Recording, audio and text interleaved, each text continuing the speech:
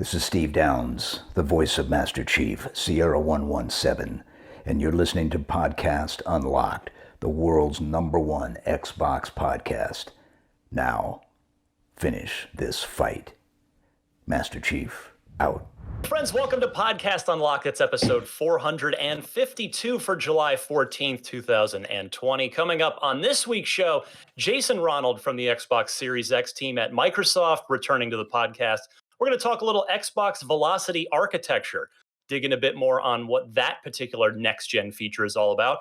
Plus, Ubisoft had their Ubisoft Forward event over the weekend. They revealed one big new game and gave a lot more details on a couple of their other big ones.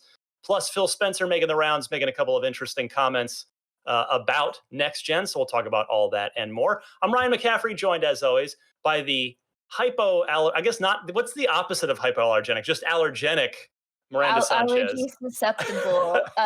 Yeah, my eyes are kind of puffy right now, so it's just... Anyway, I'm here. Hello. Hang in there. We appreciate you. You're hanging tough. Sticking around on the podcast this week. Destin Legary.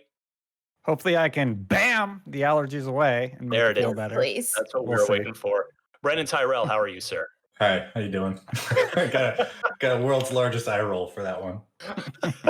As he sips some coffee. All right. Well, guys, I wanted to start by just reiterating for our audience the plan for July 23rd. That is the date that we have circled on our calendar. The big Xbox event, the one we've been waiting for quite some time. It's not the last one of the year. We've been promised something every month in some way, shape, or form. But this is the big one, the biggest one so far, July 23rd, the Xbox Game Showcase. It will be this crew live beforehand as a pre-show. Join us. We'll get you hyped up. We'll get ready for it. And then watch along with us on IGN. And then join us immediately afterwards. You won't even have to touch that remote control, as they used to say. Just stick with us for the live post-show, which we will then dive into all the analysis of what we just saw, whatever it's going to be on July 23rd. Well, let me get right to it here. I want to go Destin's way first. Ubisoft Forward over the weekend. Far Cry 6 being the big announcement there. And of course, typical Ubisoft, it leaked ahead of time, but they did show a cinematic trailer that really kind of set the tone for this game. Destin, what'd you think? Yeah, getting to see Giancarlo Esposito deliver that dialogue to his son in the game, Diego, was pretty great. Like, the way that he is just... he's like insane. He's obsessed with his own power in that trailer, and the whole grenade narrative device as he's delivering this dialogue just kept me hooked throughout the trailer, actually. And I can't wait to see what he does with that villain character and how they developed his son Diego and how that relationship ends up playing out in the end. I really enjoyed that, and I want to know more about Far Cry 6 personally. Brandon, we're going back to a tropical setting. Does this make you happy, or would you have rather seen them go somewhere totally new? I don't really care, to be honest. When it comes to Far Cry, it's been all over the place. The Himalayas, the tropical islands, Montana, that exotic locale. To me, I just want to echo what Destin said. The elements that they showcased in the beginning, specifically with that sort of cinematic introduction to the villain and the villain's family, that's way more interesting than the setting for me, especially because we haven't seen a whole lot of the setting. So, I'm more interested in that dynamic. Especially, I'm wondering, there was that weird conspiracy going on a couple days before where they were matching up the son's scar over his eyebrow with Ross's scar over his eyebrow. Turns out that's totally doesn't seem to be in play. But I'm really curious how they're going to treat the son. Is there going to be a time jump and he's the actual villain, molded by his tyrannical father?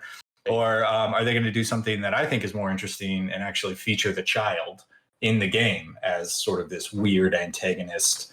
Or maybe, forced antagonist, I suppose, under the clutches of his father. So looks cool, looks awesome. I just want to see more. Miranda, your thoughts? I mean, you guys know how I feel about Ubisoft games. Most of them are barely uninteresting to me. It is a fun performance, but I'm just watching. Yep, that's about it. Yeah, like the series, Far Cry's turned into this huge series. It's been, I think Ubisoft has done a good job of making it their own, but at the same point, even though they have changed the settings, I've weirdly not been able to get into the last couple of them. Like 3, I loved. 3, I mean, that I think if you polled most people, except for Mitch Dyer, who'd say 2, but 3 is Well. probably the generally regarded favorite. I think if it would win in a poll. Far Cry 5 was pretty good because it dealt with cults and Right. it was like backcountry sort of roads, stuff like that. I actually, I like the bear. yeah, I had a lot of fun in 5, and I also really like 3. Yeah, and then like 4 seemed kind of like just a 3.5, and the Far Cry Primal. Primal. I did that That's at a preview Damon's event. favorite. Hey, to each their own. Yeah, I mean it that one didn't hold me. I don't know. I always give it a try. It's due out at the end of February, so a quick announcement to release. That strikes me as a game that I like. As soon as I heard that release date, I couldn't help. My instinctive reflex was, oh, that's going to get delayed. which fine if it does. You know, you want a good game, but it just seemed like an odd one. Like, okay, well, but then again, Ubisoft has definitely shipped big games in Q1, but I think Far Cry 5 was it March? I think you're right. Yeah, I actually like it when they do those earlier Me too. releases, just peppering it out over time, especially for something that's probably going to be a bigger open world sort of experience. It's nice to have those peppered out, which is not necessarily the case this fall. Yeah, you're so right. I put out a tweet that got a surprising amount of pickup. Like it was just sort of a random thought over the weekend when after the Forward event, because this fall we have the following open world games. We have Assassin's Creed Valhalla, Watch Dogs Legion, because we'll talk about Watch Dogs in a second. That's out October 29th. And the release date for Assassins we'll talk about too. That's November 17th. So you've got Assassins, you've got Watch Dogs, 2 big, probably huge open world games from Ubisoft. Then you've got Cyberpunk 2077, which Miranda, you and I have played. So we have a sense of how huge that, we talked all about how big that game feels. And it's definitely open world. You can go wherever you want.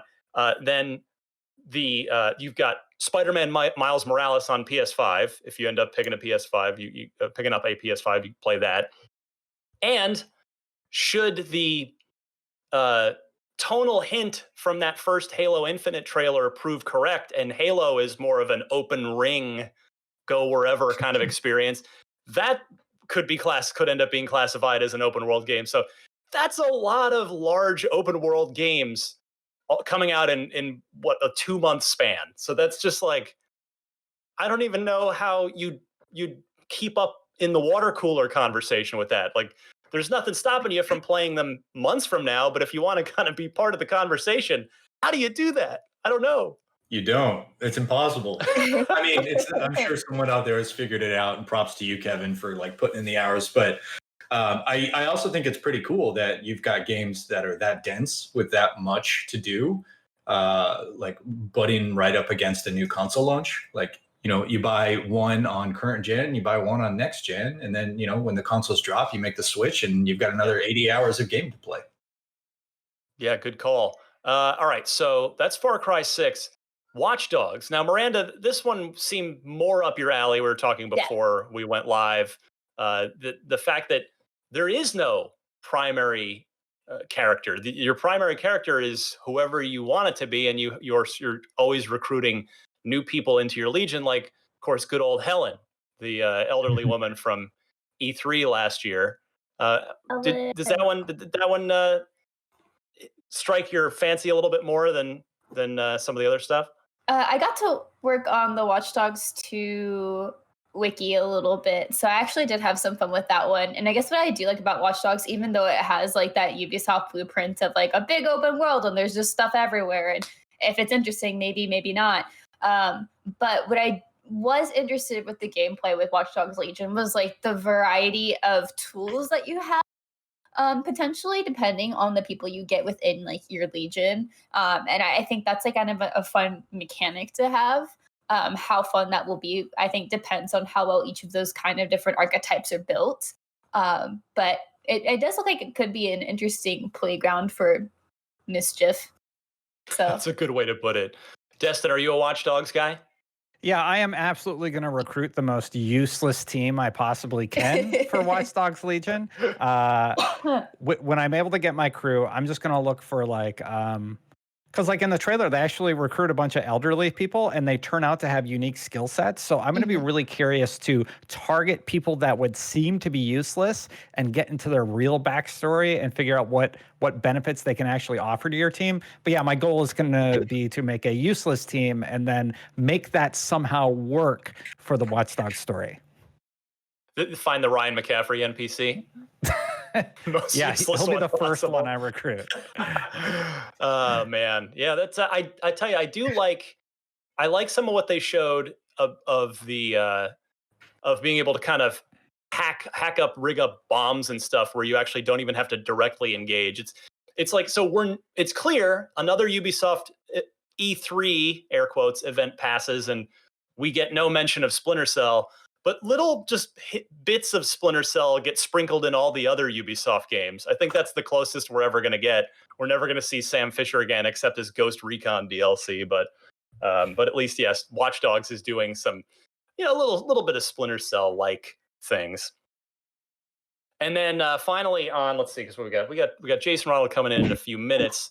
Assassin's Creed. Now, Brandon Tyrell, you are a big fan of that series. You have repeatedly stated you think Odyssey, the most recent one, is the best of this now.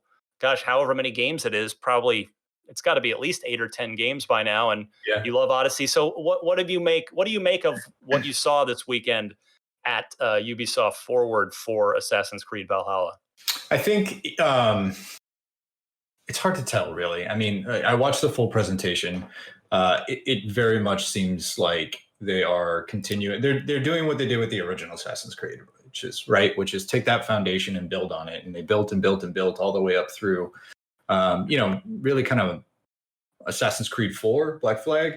And then, shortly after that, they made the switch to Origins, and that started a new foundation, and they're building on that. So Valhalla really does seem like the next iteration of that, this new game system that they've built and turned Assassin's Creed into. It's not really a stealth action game anymore. It's an open world RPG, which I'm down, with as a big nerdy fantasy guy and history buff and mythology guy. I can't wait to dive into that. Everything that I saw looks really, really cool. More of what you're used to. There are some new mechanics and elements they've added, but I'll be honest with you, I watched the presentation on Sunday and I can't really remember what they are. So they didn't like blow me away or anything, but it seems like a bunch of nice little quality life improvements, which is kind of all I want out of another Odyssey type game, which is what Valhalla seems like it's going to be, but with, a Norse wrapping on it, which is fantastic because that culture is so weird and diverse and, it doesn't really get the same sort of shine as a lot of other cultures get. They tend to focus on the barbarous sort of Viking elements of it. So I'm really, really curious to see how they dive in and sort of humanize these people and tell that story of the sort of invasion of Great Britain. So it's funny you mentioned you mentioned that Assassins has turned more into an RPG now. I guess it's probably fair to say that they've taken those stealth elements really and moved them like that's Watch Dogs now, right? So they've almost sort of in an ideal world, it would be their identities. Yeah, in an ideal world, it would be a new Splinter Cell game, but yeah, I'd say more of the stealth action that we're used to in what Assassin's Creed was previously is now in sort of the vein of Watch Dogs, and then Far Cry is your first-person open world shooter, and Assassin's Creed is now your third-person action adventure RPG. So I know it's a weird sort of alphabet soup of genre types, but they all accomplish slightly different things while still using the main thing, to Miranda's point, that Ubisoft does, which is give you a big ass world and fill it with a ton of little things to do. I know we did see stealth in there. Like there were little groups that you could walk around with and move with. Sort of a nod to old Assassin's Creeds, but it seems like the blueprint is moving forward based on Origins and Odyssey. And I know it's a divisive opinion. Some people really like the old style, but I'm here for it. I like it. More open world action games, I say. And we've got 3 minutes till we're going to pipe in Jason from the Xbox team. So I just want to talk release dates here real quick. October 29th for Watch Dogs. and November 17th for Assassin's Creed. I will go Miranda's way first. Miranda, do you think that Assassin's release date in particular offers any hint of the Series X's release date itself on the hardware side? I mean, I'd like to hope so, just because we also have Cyberpunk hitting right around there too. So it would make a lot of sense to me that we see these out in November. I don't see why they would want to launch too late after the. Because it is day and date, or at least they've said that it will be on the console at launch. So seemingly, this would hint that Assassins is out, or that the Series X is out on or after November 17th, as opposed to before. Yes, and I would assume that they'd want to at least have the consoles out before they put that out, especially if they're trying to showcase, like, look at our next-gen potential. Like, I don't see them wanting to put out this before the next-gen consoles are out. Destin, do you agree? Or do you think that this is just a game release date and the console could still come earlier? I think it's coincidental. I think the console is going to come out in October.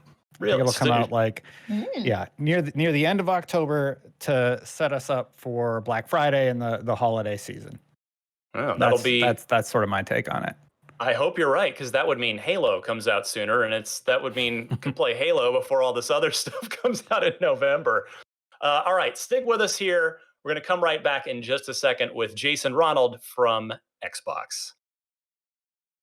We're back with Jason Ronald from the Xbox Series X team. He is, as you remember from last time, the Director of Program Management. Jason, so good to have you back, sir.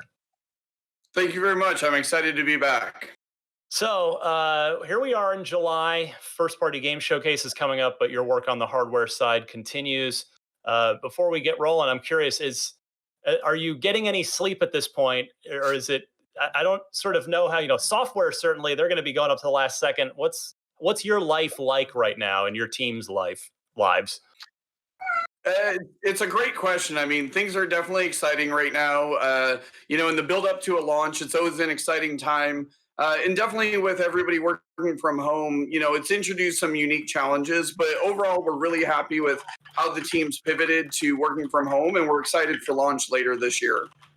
Fantastic. All right. Well, we've got you for a few minutes here. We're going to kind of go around the table. Everybody's got some questions prepared. So we're talking specifically today because we've been kind of, we're zeroing in with you on IGN and here on Unlocked as well on sort of some of these, just getting to know more about these specific next-gen features baked into the Xbox Series X.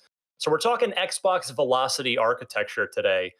So I kind of want to start with you. I read your blog post, but like sort of, for me, it's this nebulous thing. Like, what does that really mean? So, like, holistically, what is velocity architecture? Because it's a speed thing, but it's not just about the hard drive, right? It's not just about the NVMe SSD drive.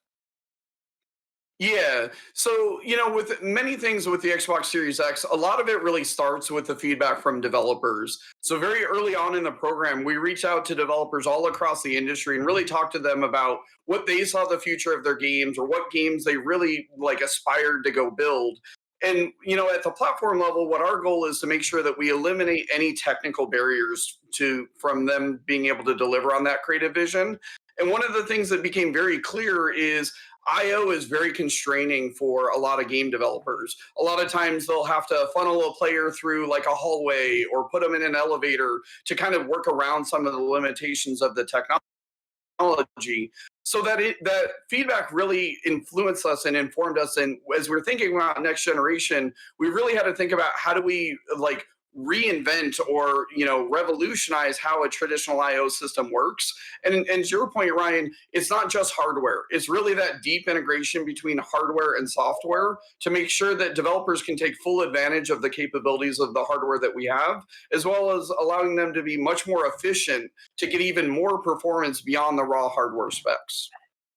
Well, Brandon. Go ahead, Brandon. Go ahead. I was going to jump right in. Please, no, go ahead. I actually had a question along those same lines. There's one of the big selling points of although I guess all the way back to the Xbox One X now, is that yes, games can be optimized for it, but there is a certain performance bump that you'll just see inherently to the power of the hardware, regardless of the software. what you just described sounds like something that can be utilized and taken advantage of by developers, but is this something that actually specifically needs to be designed, or will we see a similar sort of advancement for any software just based on the hardware? Yeah, so the hardware alone provides a tremendous amount of benefits. And like, if you look at what we showed earlier this year with some of our backwards compatible games and the dramatic change in load times, clearly those games were written before this hardware even existed. So you're already seeing, just from a raw hardware perspective, the massive advantages of going to an SSD level IO performance. But what really excites us is what developers can do beyond the hardware.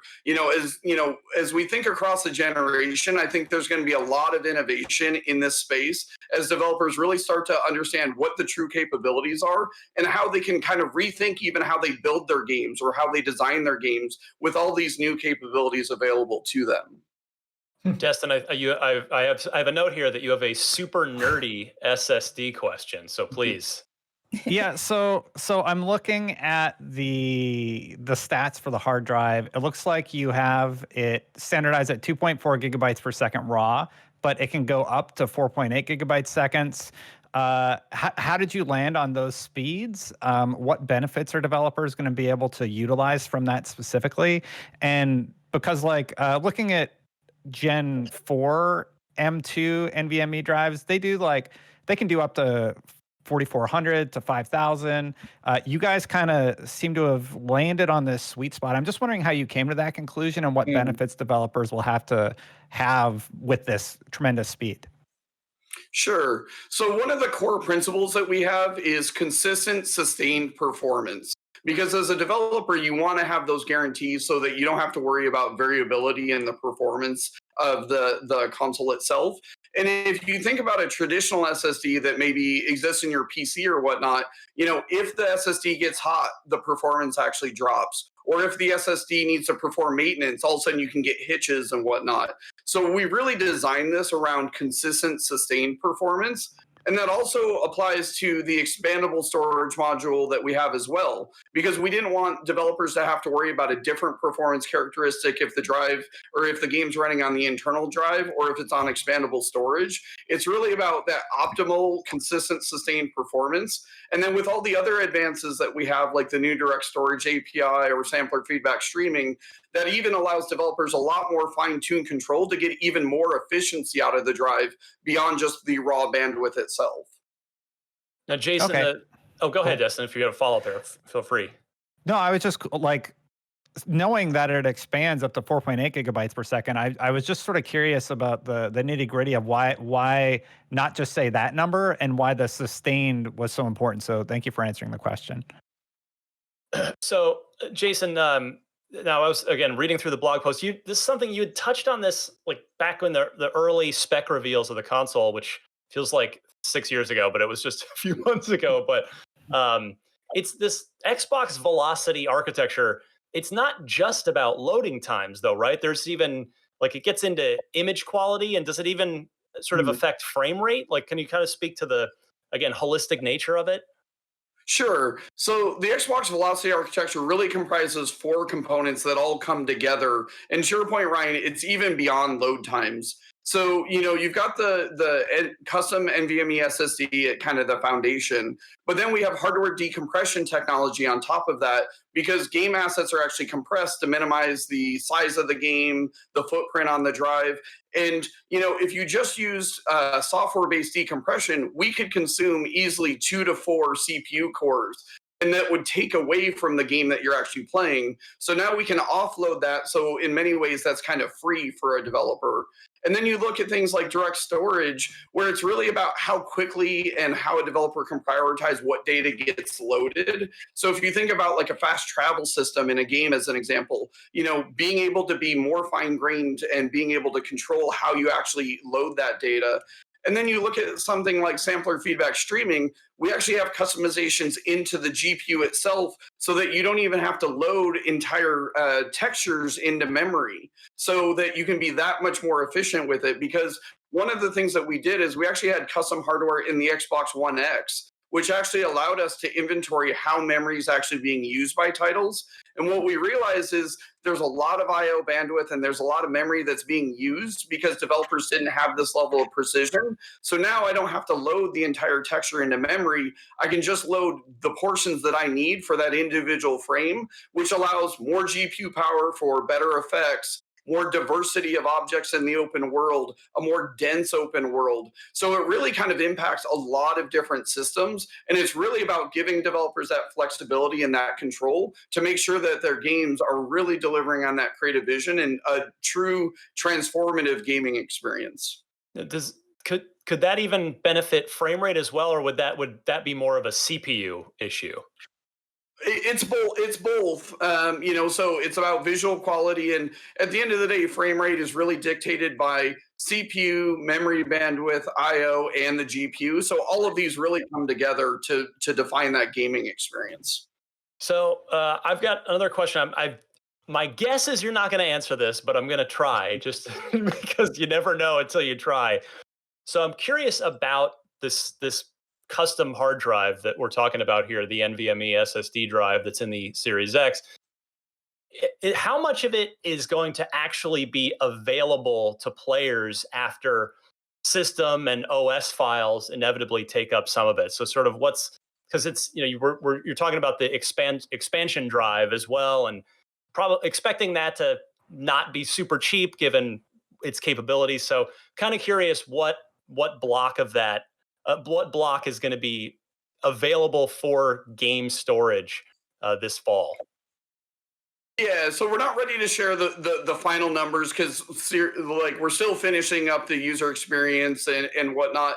But that's part of the reason why we have things like hardware decompression as an example, because we want to be as respectful as possible and make sure the actual game footprint on that drive is as small as possible. We have other capabilities that we provided to developers as well, so that developers can be more intelligent about what assets actually get installed. So as an example, if you're a primarily English speaking player, maybe you don't have to download, other languages or audio files for other languages, so that we can once again reduce that footprint overall, so that we can be as respectful as possible. And then as a player, you don't have to worry about storage management as much. Even though, at the end of the day, for most of us, we have tons of games and we want to be able to be flexible with that. So it's really about, putting the control in the player's hands and really trying to compress those games as much as possible. Boy, in an age of ever increasing file sizes for games, but also ever increasing pervasiveness of bandwidth caps from internet providers, that is a relief to hear right there. Yeah. Go ahead, Miranda. I was just going to say that I could see that being a huge helpful thing for games like Call of Duty, which have just had increasingly larger updates that just kind of are almost like mind-boggling how big they get. And I think it'd be very nice to have that storage size just kind of minimized in a way. Do you have any sort of estimate about how much this would actually change those download sizes? I mean, obviously we don't know what these next games look like, but is there any sort of tangible, oh, well, maybe it'll be this much percentage potentially of a decrease on the storage downloads and such? Yeah, it's a hard question to answer because the answer really varies game to game. Right. In some games, they're very large open world games, and it's really hard to do that. In other cases, maybe you have single player and multiplayer, and they're almost like distinct modes. So it's hard to provide a general number. But when we were making certain design decisions, we looked across all the titles in the portfolio, what the average size was, how they were actually being played. And then, like I mentioned before, we did talk to developers as well as they're thinking about kind of their games next year or 5 years into the future, and what level of fidelity and control do we need to give them to make sure that the player has the best experience possible. Actually, Jason, I have a follow-up on that too. So because I'm liking this. I mean, this sounds like a great feature. Is it something that is going to be required as part of the certification and submission process for every developer, where I don't know how it works on the back end, but if something has to get flagged for okay, well, this is, what, to your example, foreign language files, so they're optional installations based on the region of the console. Is it a thing that you guys are going to be kind of baking into the certification and submission process for Series X, or is it totally a developer by developer choice to flag that stuff to piece out those downloads? Yeah, it's not really a certification requirement, but we work very closely with all the best developers all around the world. We understand their technology stack. We understand kind of how they design and build their games. So a lot of it is just kind of partnering with them and really working through and making sure they're aware of here's all the options available to us and finding that right solution that works with the kind of game that they're building as well as what the players' expectations were. Because at the end of the day, it doesn't benefit anybody if, games are massively huge, and like it's a really long download time, or like you were talking about with bandwidth caps and whatnot. So it's more of a partnership between us and the developer as opposed to like a strict certification requirement. Because like back in the day, in the 360 days, you guys required live arcade games to be under a certain file size for a while. So I know that's what made me think of that. I know stuff like that has existed in the past. For of course, back then there were still memory card options, so you had to take that stuff into account. Well, everybody else, speak now or forever hold your peace. I think that's everything I've got for Jason on velocity architecture. Jason, thank you. I want to have you back. There are more interesting topics, next gen features to discuss. So I hope you'll come back in the near future. Absolutely. And I'm always excited to come back. And, this is always a great conversation. So I'm really excited for future conversations. Fantastic. Jason Ronald, Director of Program Management for the Xbox Series X at Microsoft. We will see you again, sir. See ya. Thank you to Jason Ronald for stopping by once again. We'll look to have him on again in the future because we've got plenty of time left to go. A lot left to talk about with this console before it launches. Back to the news because there is plenty of it to talk about. Destin, we've got Mr. Phil Spencer making the rounds. Really good piece on gamesindustry.biz, a couple of them actually this week covering Microsoft and the Series X. Well, our friend Phil Spencer, who I know is listening at the dog park somewhere, someday, I don't know when, but it's now to him as he's listening to my voice right now. Phil is not having your Xbox One is holding the Series X games back argument. So in an interview with gamesindustry.biz, he said this, quote, "Frankly, held back is a meme that gets created by people who are too caught up in device competition. I just look at Windows. It's almost certain if the developer is building a Windows version of their game, then the most powerful and highest fidelity version is the PC version. You can even see that with some of our first-party console games going to PC, even from our competitors, that the richest version is the PC version. Yet, the PC ecosystem is the most diverse when it comes to hardware when you think about the CPUs and GPUs from years ago that are there." So he goes on, yes, every developer is going to find a line and say that this is the hardware that I'm going to support, but the diversity of hardware choice in PC has not held back the highest fidelity PC games on the market. The highest fidelity PC games rival anything that anybody has ever seen in video games. So this idea that developers don't know how to build games or game engines or ecosystems that work across a set of hardware, there's a proof point in PC that shows that's not the case. Destiny seems like he's making a lot of sense right there. Thank you, Phil. Like, how many times does this have to be communicated? We've had this conversation on this show. We've had game developers talk about developing for multiple platforms. No, nothing is held back.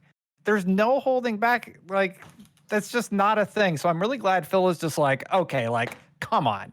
Like, this has been for years. This has been in development. Like, go look at the PC ecosystem is what he's saying, basically. They develop for, like, thousands of different hardware configurations. And do they hold back? No. They push games to their limits. So this idea that developing on the Series X is going to hold back anything, it's not true. Period. Done. Brandon Tyrell, what do you make of this? Right there with Destin. I'm glad Phil didn't hold back. And I know there's, you have to address these things with a certain, a modicum of I don't know. Patience? I don't think patience is the right word, but yeah, we'll go with that one. You have to have a certain level of decorum when you answer these things, but I really do appreciate the fact that he just basically calls it out what it is. Like, it is a meme. It's a talking point based off hyper tribal people who really, you know, want to plant their flag in a certain camp and look for any other reason to discount the competitor. Frankly, it's super tiring, and I'm really glad to see somebody, especially somebody, you know, with Phil's stature, calls it what it is, right? Calls them like you see them. It's silly. Like, they've been doing this for years. The PC is a perfect proof point for it. It's a non-story. I think the bigger story here is Microsoft continues to do what they've been doing and finding success with recently, which is actually address things and say them openly, again, with that certain, you know, patina of you know, decorum, I guess. But they're actually addressing the things that come up in a straight way, and I appreciate that. I think that level of sort of like genuine shoot from the hip kind of communication is really, I think, needed, and I think it's been missing. Yeah, it's fair. Now, Miranda, I feel like, I don't know how you feel about this, but it seems to me that this issue, no matter how strongly Phil words it, is probably going to float around in like the hardcore, you know, corners of the gaming community until when this console actually comes out and we can put Halo Infinite side by side on a Series X, a PC, and an Xbox One or One X, and then really see the differences and be able to judge for ourselves. Absolutely. I think that will go a long way. I mean, be able to see the proof of that is very helpful. At the same time, I am also glad that Phil addressed it as a meme, because I think are a lot of people out there who are maybe in different gaming spaces and they hear this from other people and say, Right. oh, yeah, it could be holding it back. Like, I could see that if they've never really considered the PC side of things. Maybe they just aren't really big into PC gaming, and I wouldn't fault them for not knowing that. And so I think Phil coming up and saying, hey, this is a thing that is happening here. Let's just address this really quickly. It's a joke. Obviously, there's a lot of proof that this isn't something that's going to hold things back. But to your point, of course, having those side-by-side comparisons are going to go a long way. Yeah, there is a point. Messaging is a weird thing because you can't address every false, misleading, partially true thing that comes along about your product or your company. But if every now and again you have to, or else the perception becomes reality, and suddenly you've kind of lost that battle. So yeah, I thought it was cool to see him come out and just be pretty definitive about it in his, to Brandon's point, very appropriate way of handling it.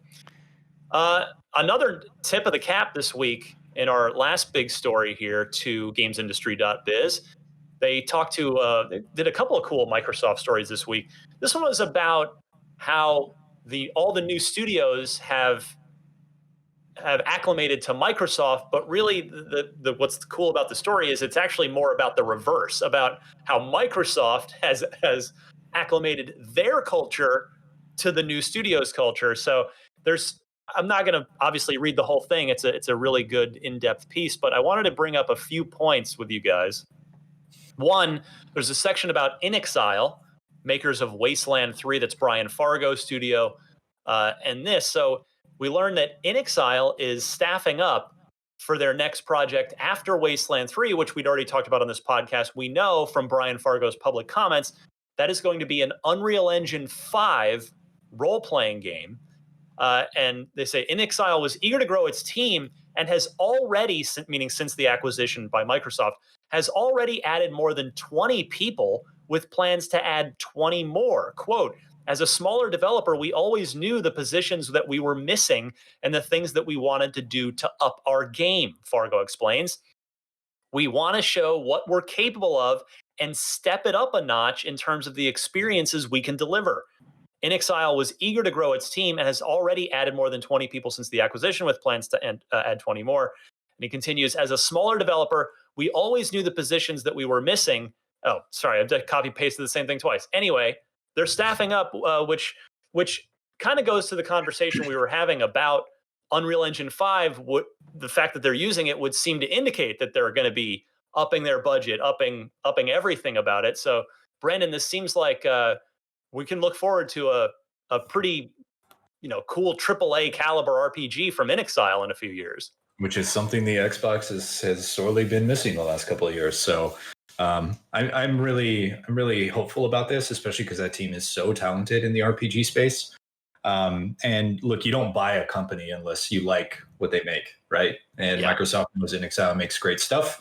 And InXile knows Microsoft has the resources to support them with tech and polish and, foundation of knowledge and whatever it is that Microsoft brings to the table. There's no downside to this. This is all good news. We should all be happy, especially if you're like me and you love RPGs. So, perfect match. Now, Miranda, the next section here was about a studio you and I love, Double Fine, just down the street from IGN. Now, it seems that we don't need to worry about Tim Schafer and Double Fine being turned into a support studio. Tim Schafer telling GamesIndustry.biz, quote, "With Game Pass, it wouldn't make sense to acquire Double Fine and then assign us a bunch of Forza DLC. That's not what you'd want from a studio like Double Fine. And Game Pass seems like a great opportunity to have a diversity of games, a plethora of unusual content. I can see how the type of games that Double Fine makes could fit into that." That's got to be music to your ears. Yeah, there was like a really funny quote too, because I don't think anybody would expect Double Fine to go on to make Forza DLC. Like that would be the worst. I mean, not because they're not capable, because it's like, why would you do that? Like, they're such a talented studio with like really imaginative games, and so it is good to see Game Industry Biz like kind of making the rounds and be like, so how are you guys doing? Like, what's going on here? We do know that we are going to hear from Double Fine here soon in just a few weeks at the next week. Yeah, oh my God, it's next week. Jesus It's Christ. next week. Excuse me. Time. What is it? And so like we're gonna see what they're working on, and like we know some of the projects they've worked on before. And I do agree that like obviously Game Pass is like a huge opportunity for them to do some really cool stuff. So like maybe we see them doing even more like smaller projects like or across the board, and like just like their mainline projects as well. So I'd be really curious to see what sort of games they'll come out with. I personally really love the Double Fine adventure games, and I would love to see them just pump out so many more. By pump out, I mean great. lovingly craft, but maybe with smaller teams and like maybe smaller experiences. I've personally been trying to play a lot more adventure games that are smaller bite-sized experiences, and it's just so fun to get those too. So I would love to see them have the opportunity to do those sorts of things as well. Did you play Broken Age, Miranda? Yes, I did. I did the second half of our guide for that. Nice. I loved doing that. I did a spoiler-free guide, so you get a bunch of hints instead of just having the answer. Love it. Yeah, it's excellent. It's funny. You bring up this. I think you're totally right. Like Game Pass. Like the reality is, Starbreeze was going to publish Psychonauts 2. That was the situation prior, and then Starbreeze they actually fell on some hard times financially. I actually don't know what the did they shutter, or are they still? I'm not sure. I did not research that beforehand. This was just an off the cuff thought from what Miranda was saying, but yeah, I know they were having some issues. So like the reality was, even if Starbreeze had proceeded to publish Psychonauts 2, they don't have 1/10 of the marketing power of the resources that Microsoft does, and it probably wouldn't have been on Game Pass. Like so many people are going to find Psychonauts 2 just from Game Pass, particularly if there's any word of mouth that ends up going around with the game, whereas just download that on Game Pass. So it's Double Fine really does seem like a great fit within the Game Pass and Microsoft ecosystem.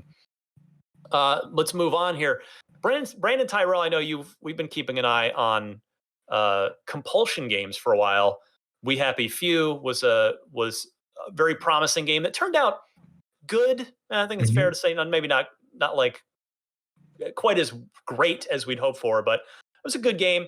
And they are seemingly early on. So maybe just as a hint of what's to come or not to come next week at the Xbox Game Showcase, I'm betting we won't see anything from Compulsion, because the GI Biz story talks about this quote. This is from Matt Booty, the head of Xbox First Party, talking. Take Compulsion. They're working on their next game and have spent the last year on early ideation. I try to keep us as far away from that as possible. And then as it starts to get exposure within the organization, feedback will come in and things will start to steer.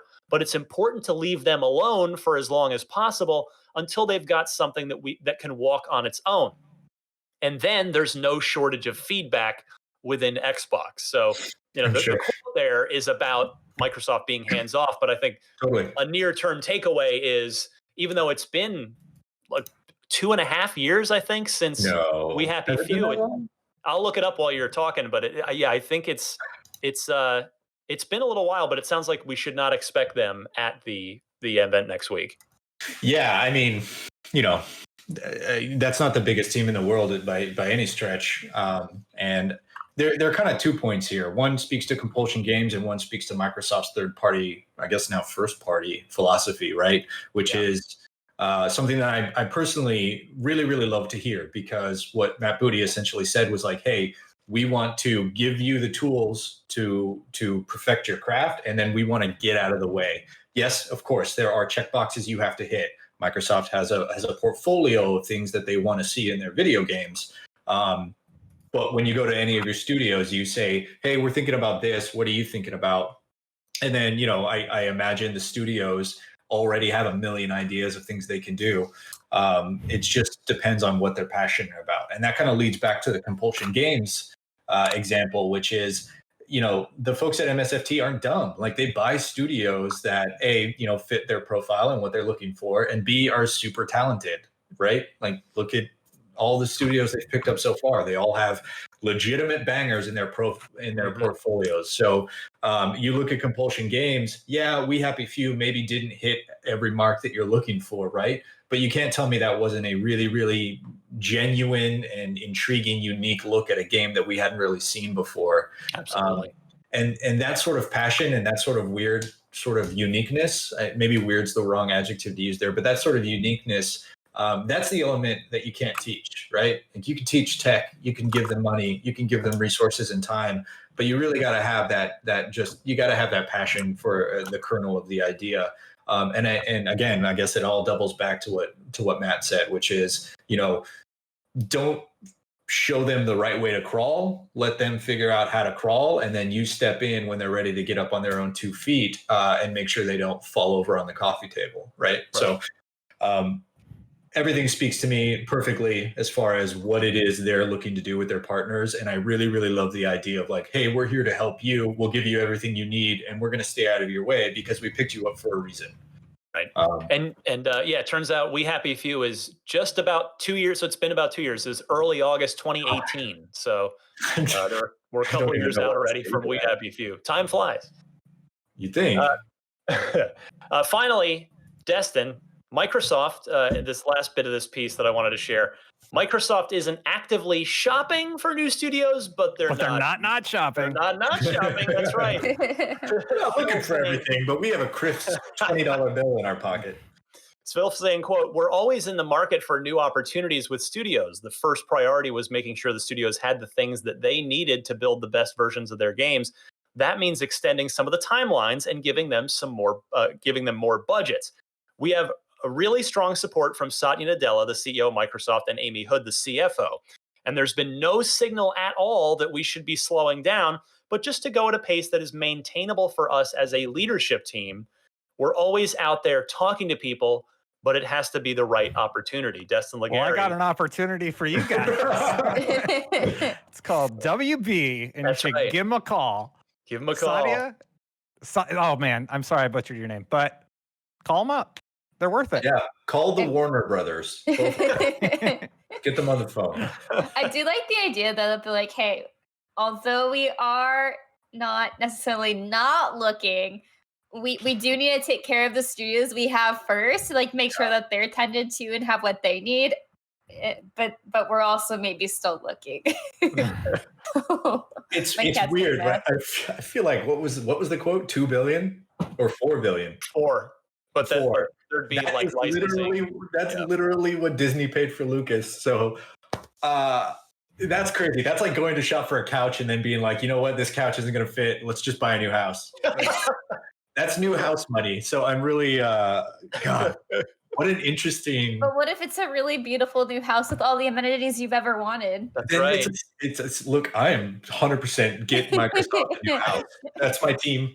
An upgrade. That quote makes me happy because it's a wry little wink of like, we're not looking. I mean, we're not going to rush into anything here. I really hope that happens.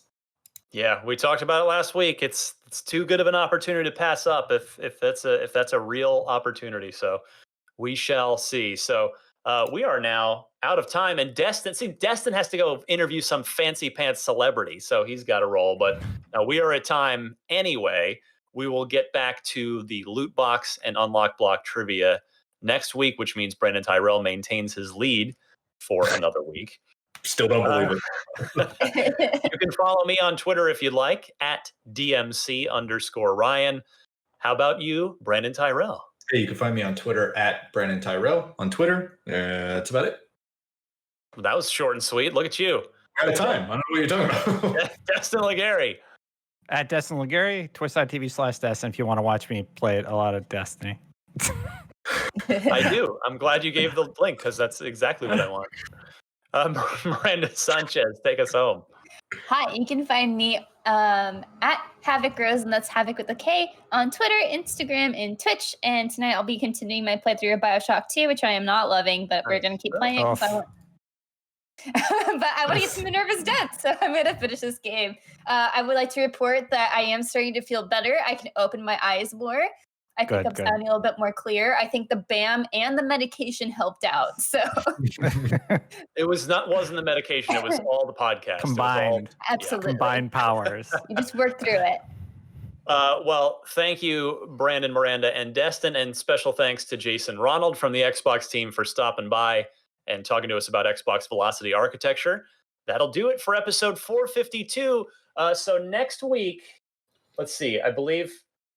Yeah, I don't think we're doing a show next week until Thursday. The event, the live post show. So join us live on IGN, or of course, if you can't make it live, it'll be there for you in all the usual video or podcast ways for you after. But here we go, July 23rd, Xbox Game Showcase. We will see you then.